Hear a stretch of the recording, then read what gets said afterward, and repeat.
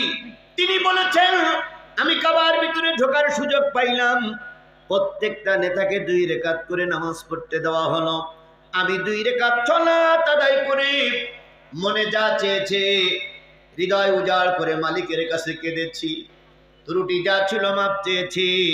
এরপরে বলেছে আল্লাহ আমার দেশটারে তুমি কোরআনের দেশ বানায়া দাও।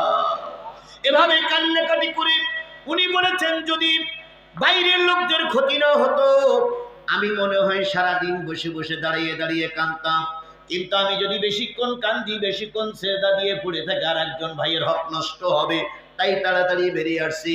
ও আমার ভাইয়েরা, আজকে আল্লামা সাঈদী কাবার ভিতরে ঢোকার সুযোগ পেল, আর সেই লোকটা যখন মারা গেল তার নামে আমলে ওই ধর্ষণ মামলা নিয়ে এই কবরে যেতে হলো। কথা বলেন ঠিক না বেঠিক?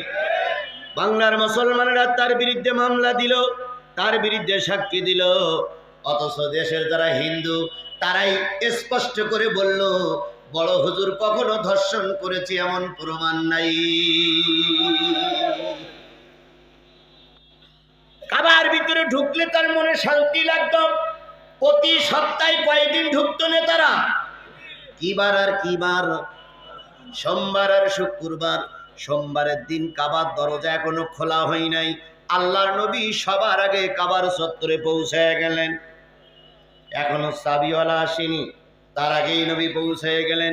কিছুক্ষণ পরে চাবিওয়ালা আসলো, কাবার রক্ষণাবেক্ষণকারী আসলো, তার নাম হলো ওসমান ইবনে তালহা। কি নাম?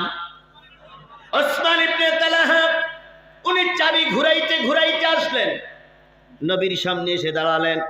আল্লাহর নবী বিনয়ের সঙ্গে বললেন ভাই কাবার ভিতরে একটু ঢুকতে চাই, একটু অনুমতি পাওয়া যাবে কি? একটু অনুমতি পাওয়া যাবে কি? একটু অনুমতি পাওয়া যাবে কি? ওসমান ইবনে তালহা মেরুদণ্ড সোজা করে দাঁড়াই বললেন কে?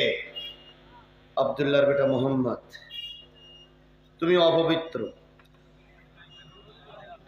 এ কাবা পবিত্র মানুষের জন্য, তুমি আমাদের বাপদাদা ধর্মের বিরুদ্ধে ধর্ম তৈরি করেছ, আল্লাহর কথা বলে জাতিকে কলুষিত করেছ, তোমার মতন অপবিত্র লোক কাবায় ঢুকতে পারবে না। রসুল বলে অপবিত্র, আর আবু জেহেল, আবু সুফিয়ান, উতবা, সাহেবা, ওয়ালিদ ইবনে মুগিরা ওরাই হলো ওই সংসদের ওই কাবার কি পবিত্র, আর আল্লাহর নবী হইল অপবিত্র।